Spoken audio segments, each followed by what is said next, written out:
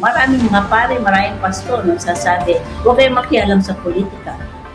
Theologically and biblically, that is wrong. Meron prophetic na duty ang church to speak truth to the powers. Masyado yung injustice ng ating lipunan. Dapat ang simbahan magsalita. Dr. Magay, kapag napag-uusapan yung simbahan, politika, pananampalataya at protesta, lagi may Pilipino na magtatanong, bakit nakikialam naman yung mga religious groups na yan? Hindi ba dapat kayo ay nasa simbahan lamang? Ano po yung sagot po niyo doon? Well, theologically, mali nga yun eh. At it's very sad na ang simbahan ay yan ang katuruan. Maraming mga pare, maraming pastor nagsasabi, huwag kayong makialam sa politika. Theologically and biblically, that is wrong. Dahil malalim ang tinatawag na prophetic tradition ng church.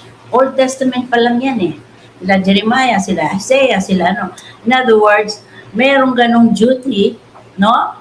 Merong prophetic na duty ang church to speak truth to the powers.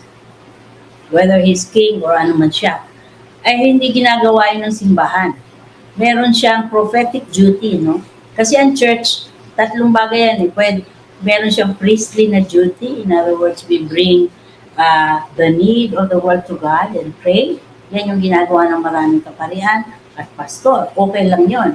Meron ding duty siya na maging priests na and to God as well as prophets. So in other words, bukod dun sa dinadala mo yung need ng mga tao sa Diyos, meron ka ring prophetic duty, no? Na magsalita kapag ang justice at ang truth ay nako-compromise. Makikita natin yan halimbawa sa Proverbs 31. Yung si King Lemuel, meron yung kanyang yung basic na sabi ng kanyang ina, no? Ito yung, dahil king siya, may power siya. Sabi niya, sabi niya ganyan, you speak for those who cannot speak for themselves. Diyan galing yung magkaroon tayo ng boses, no? For the voiceless. Yung hindi makapagsalita, speak for those who cannot speak for themselves. Sabi niya, defend the rights of the poor and the needy. At yan ay prophetic duty ng church. And yung mga kagaya ni King Lemuel na merong kapangyarihan. Lahat tayo, yung mga professionals, may mga kapangyarihan tayo eh. Whatever expertise, whatever competencies we bring into public space, no, gamitin natin yon so that we can speak for those who do not speak for themselves. Dahil sila ay poor, dahil sila ay needy. Hindi sila makalaban eh, walang kalaban-laban eh. Ay yung medyo masakit nga these days yung mga news halimbawa na yung isa nag-play lang ng harmonica, hindi naman siya talaga pulubi or anything, no? Parang basking ang tawag na, musician, street musician. Abay, kinuha na kagad, dinampot kagad. And just marami kang magnanakaw ng mga public official na bilyones ang ninanakaw sa atin. Hindi natin, nahihirapan tayo na i-cancel. No? In other words, masyado yung injustice ng ating lipunan. Dapat ang simbahan magsalita. Kasi duty natin yun eh. We speak for those who cannot speak for themselves. Proverbs 31, tingnan niya ng mga tao who believe in the Bible, no? At a very strong and prophetic tradition. Napakahaba niyan. At si Jesus mismo, sinabi ni Jesus, yung nalala niyo yung sinampal siya dun sa yung protesting, sinampal siya nung nasa high priest siya, no? Tapos sinampal siya nung sino yung guardia, yung security. Sabi niya, nagprotesta siya. Sabi niya, if I have done something wrong, no? Then bear witness to the wrong. If I have not, why do you strike me? Alam mo, si Jesus hindi palaging nag-turn the other cheek. Hindi lang yung sa inano nga niya yung temple, hindi ba? That's a very famous story. Pero yung istorya na sinampal siya, no? Nung isang guard on duty ng itong si Caiaphas. Sabi niya, why do you do that? So, no? That is a protest. At gusto pa niya si Pablo, si Paul at si Silas. Nung sila ay kinarsel, dinetain sila, They were flogged, they were almost beaten to death, ganon-ganon. Pagkatapos nang malaman na sila ay Roman citizen, yung mga magistrates natakot. So pinapaalis na sila, pinaparelease na sila. Sabi ni Pablo, you have beaten us publicly, sabi niya ganyan, nang wala kaming trial, and we are Roman citizens. Ngayon, palalabasin ninyo kami quietly. No, let them come, sabi niya ganyan. No? Let them come and they do it themselves. I-release kami publicly. In other words, sa akin, yun ang first na protest na sit-in. Ayaw nilang umalumabas dun sa karsel, sa detention cell. Habang hindi pumupunta yung mga magistrates na yan na nagpa-detain sa amin.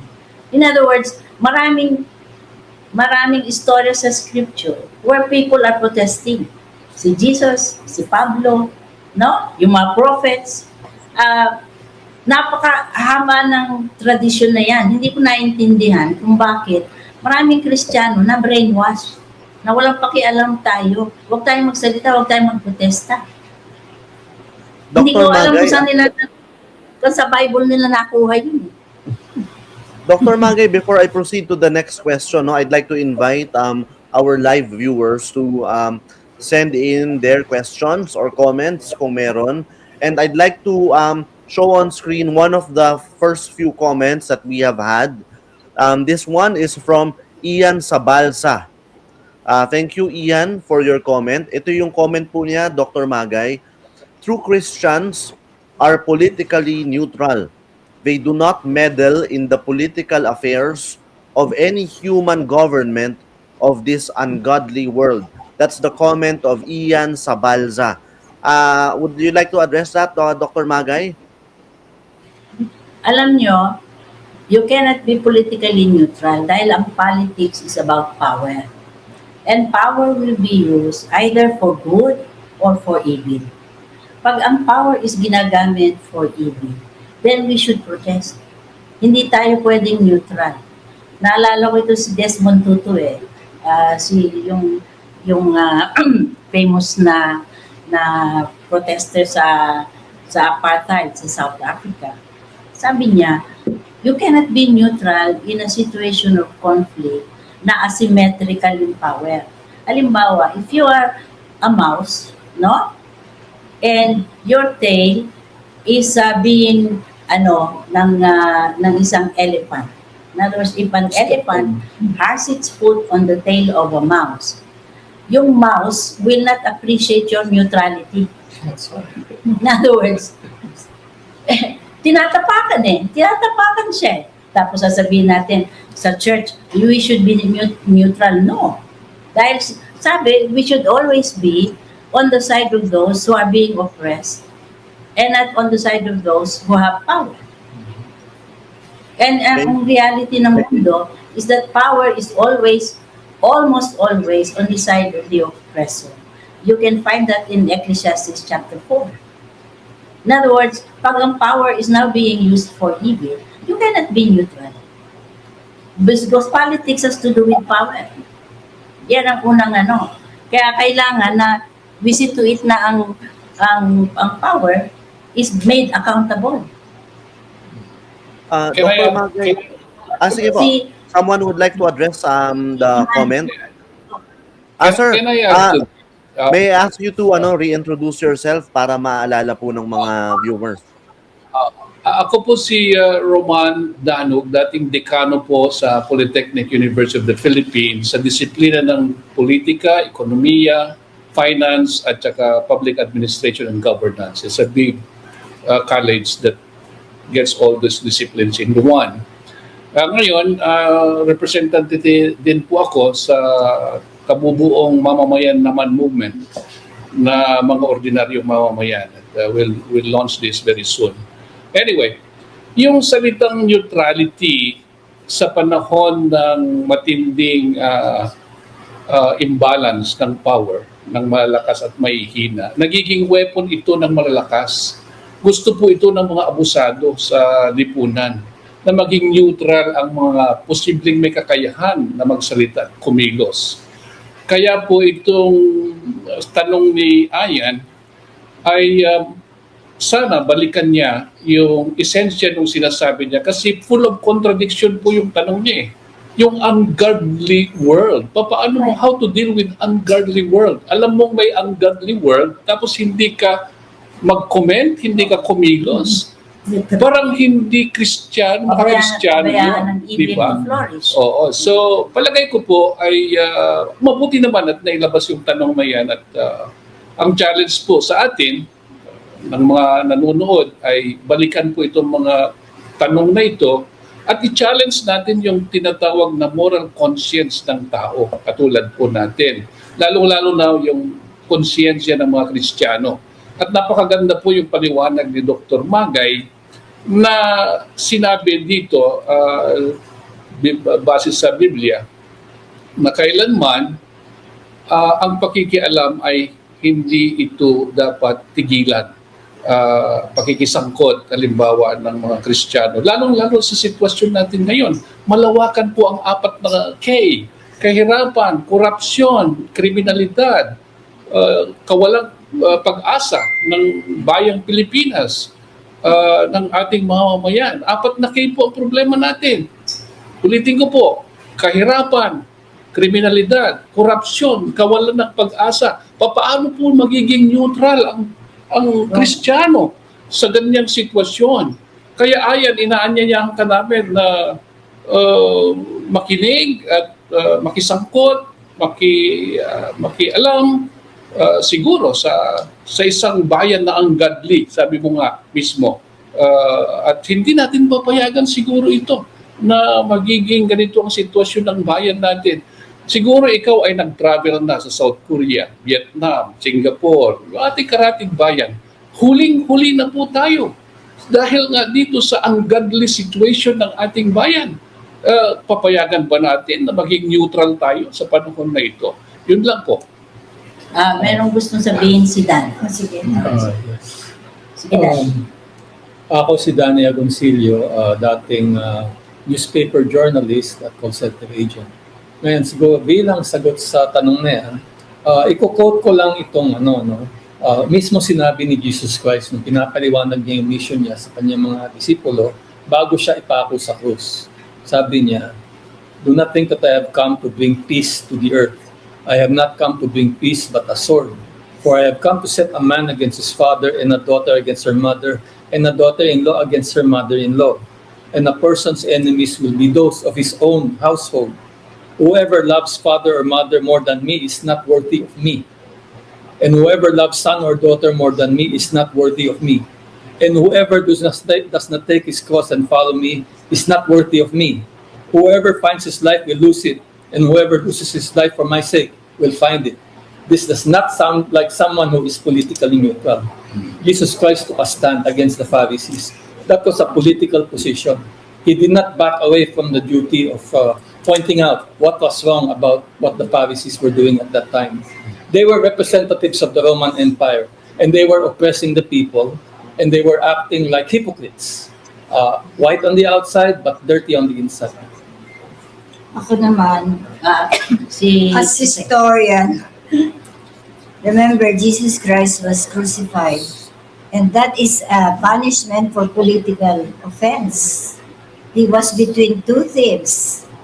Very political si Jesus Christ, kaya lang ang church ginawang apolitical generally throughout history.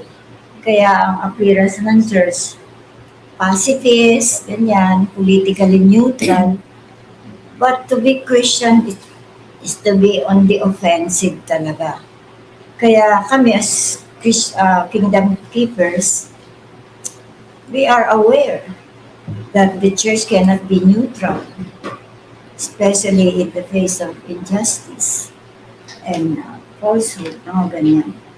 So, ang unang mga martyrs ng Pilipino, Gomburza, they were all priests. Si Burgos, Espanyol. Si Zamora, yun ba yung Chinese? Basta isa was Chinese, mestizo. Yung isa naman, pure angel. So sa tatlong yan, they united the Filipino people at that early stage. Kaya malakas ang impact ng Gomburza. In fact, dala-dala ni Pasiano si Rizal na batang-bata sa Gumburza.